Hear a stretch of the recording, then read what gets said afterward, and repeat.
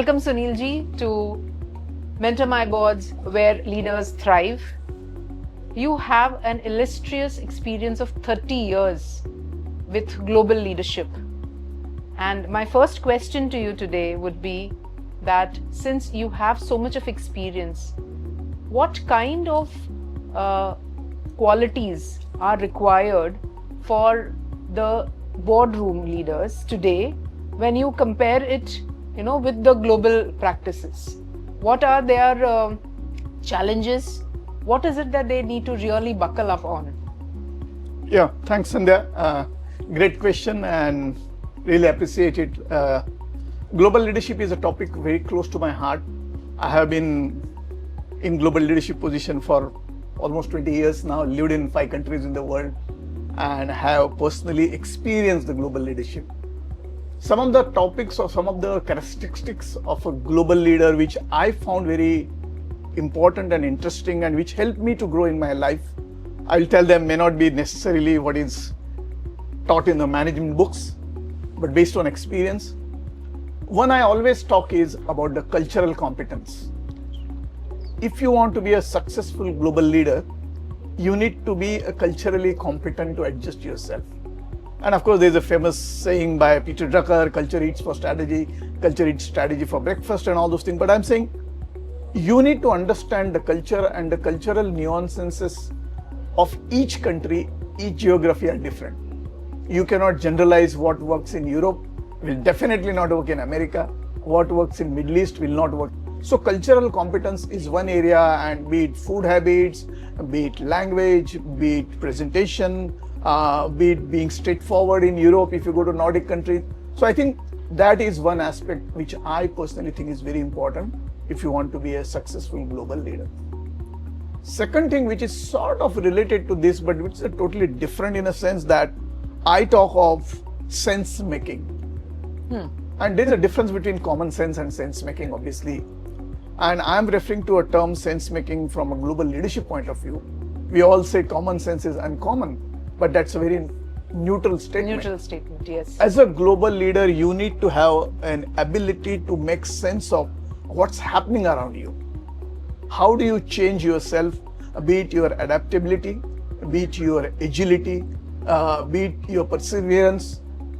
But sense making is a very, very important trait, which I think as a global leader one need to understand. There is a theory of sense making. Carl Weick, a German psychologist, human behavioral scientist, has written extensively on that. I have written a book, chapter in a book on sense making along with some Oxford University professors. But I think sense making is a very important. Simple example of if you go for a trekking and you achieve the peak, and after going on the top, let's assume all your equipments, your tools, resources stop working. Your wireless phone is not working. Weather has suddenly gone bad. You don't have ability to look for the weather. So the survival is purely based on your sense making skills. Now that is what I call sense making. So that's second one. So first one obviously was cultural competence. Second was sense making. Third is very, very commonly discussed emotional intelligence. Oh yes. But I feel very few people really understand emotional intelligence from that point of view. Of course, knowing your emotions and knowing the emotions of people around you is basically emotional intelligence. But how do you know the emotions of people around you is the most difficult thing.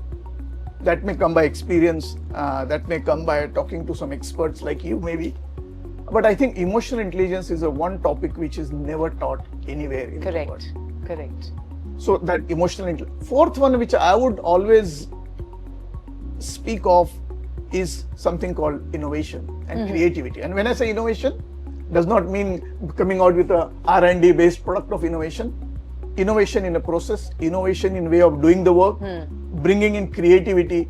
I think if you want to be a successful global leader, you need to have the mindset of innovation. Right. And simple innovation is not waiting for 3 years to do a vaccine and come out in the world. But simple innovation will change your life and you will be respected as a global leader. So these are some of the things I thought I will bring to the table. No, amazing points, and especially when you said sense making, and well, in my parlance, I use something called connecting to the context. Yes. I think what we are aligned when we say these two words independently also.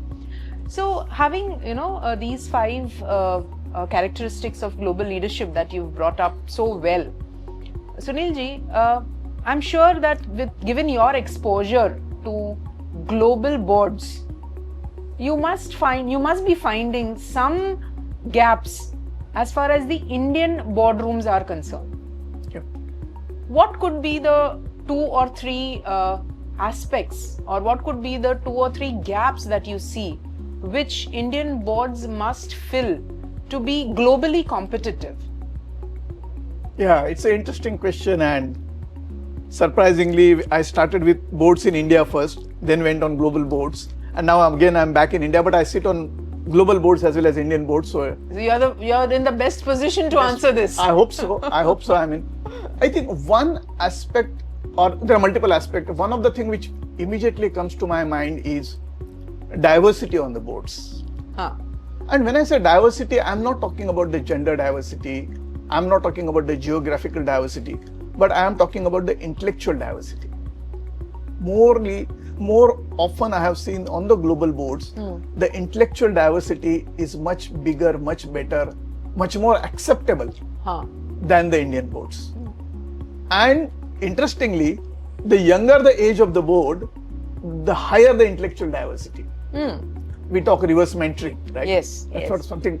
I think that is one aspect I have not very often seen on Indian boards. So bringing in the intellectual diversity is one thing which comes to my mind. Second thing, I would say that the ability to give an opportunity to every single board member to speak upon any topic. That's a uniqueness of global boards. Okay. In most of Indian boards, what will happen, some of the board members will keep on talking. Of course, they have knowledge, they have expertise. But some of the board members will keep quiet. Now that ability to make that person who is not talking, to make him talk, he or she may have a fantastic idea. He or she may have a unique proposition which none of these board members are having in their mind. But because of nature, because of the atmosphere of the board, the environment they may not speak. So how do you make sure that that person who is keeping quiet also speaks up? I think that's another area which I see in a global board, which is very, very different. Third thing, the good thing I saw, that respect to the experts is one area. Means if you know in a particular board setting that we do not have expertise on a particular topic, they invite the expert on that topic to the board meeting as an invitee, or they invite him as a full-time board member, even though he or she may not be part of the similar community. So how do you bring that knowledge and expertise? And that's, we talk typically of skill gap analysis. Let's say today's world, we need an expert on cyber security. And let's say you are a manufacturing company. Obviously, you do not have an expert on cyber security on your board, but it's a very important topic. So how do you bring that in? So that is one aspect I think our boards, Indian boards, can learn from the global boards. Other area is the mentoring. Coaching and mentoring, correct. I use the word interchangeably, but you know what they are. Now, how do you mentor or how do you coach the new board members when they come in? How do you make them comfortable? How do you give them opportunity? So like I work on a global board of Institute of Management Accountants of America. I'm the global chairman. So we have a system called Board Buddy. So whenever a new board member is inducted on the board, a senior board member will act as a buddy or will act as a mentor to the new board member for first 3 board meetings or first whatever. Amazing. Yeah.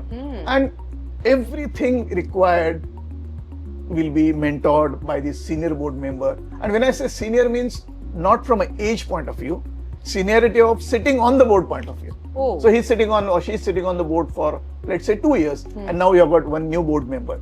So that's seniority I'm talking. I'm not talking age seniority. So I think that aspect is also very, very unique on the board members. I would say sometimes the technological platforms which they use to conduct the board meeting is very, very unique, very interesting. The way communication happens in advance, the way everything is provided to you in advance through a technological platform. Right. So maybe MentorMyBoard could be one of that type Oh of yes, thing. oh yes. So I think that's also a uniqueness. Other than that, what I like on a global boards more is the strategy session, the discussion of the future strategy of the organization, and how the board gets involved into that, Right. which is not very often seen in the Indian boards. So these are some of the areas I thought. So, I mean, with due credit to Indian boards also, I think all the points that you said, they are happening, but in spurts. Yes. There is no structure to it as much as it is structured in global boardrooms. It would be my, I have very limited exposure to global boardrooms. Yeah. But what I understand from your sharing is that maybe these practices are happening in our Indian boards, but it is extremely in spurts, it's sporadic, it's more tactical than strategic. Absolutely. That's the right word. So, it's more tactical than strategic. Yes. And the board's role is more strategic than a tactical. Yes. Boards are the stewards of the future. So they can add a lot of value in the strategy. So I think that's one. Other area, there are multiple areas, particularly on a technological side. I think the global boards are much more, much ahead of our boards. That's one aspect I would say. Technical platforms, usage of technology as a platform. I would say other than that, there is a concept of governance committee in some of the boards. Correct. I'm not saying it doesn't exist in India, it exists in a different way. But the model of governance of global boards is a little bit different than the local boards. That could be seen, or that could be sort of applied in some of the Indian boards. Indian boards. Correct. So that brings me to one point, sir, that how can harmony be ensured within the board?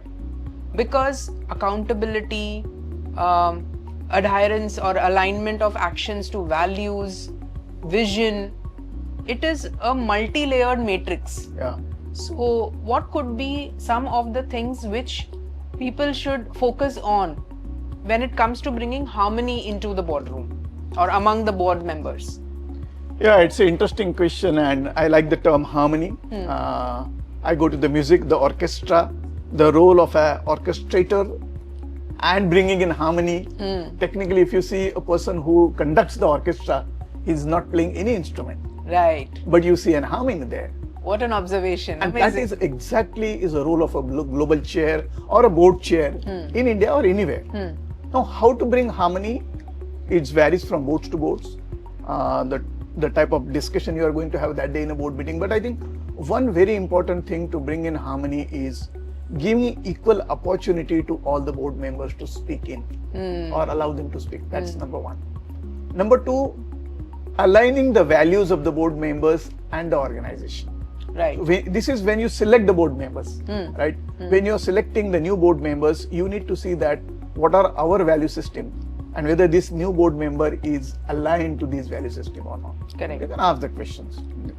One of the things what we do to ensure the harmony is that, let's say, nominating committee is the main committee whose role is to select the incoming board members. The interviewing process. At that interview process also you have to see whether that harmony is coming, alignment is coming or not.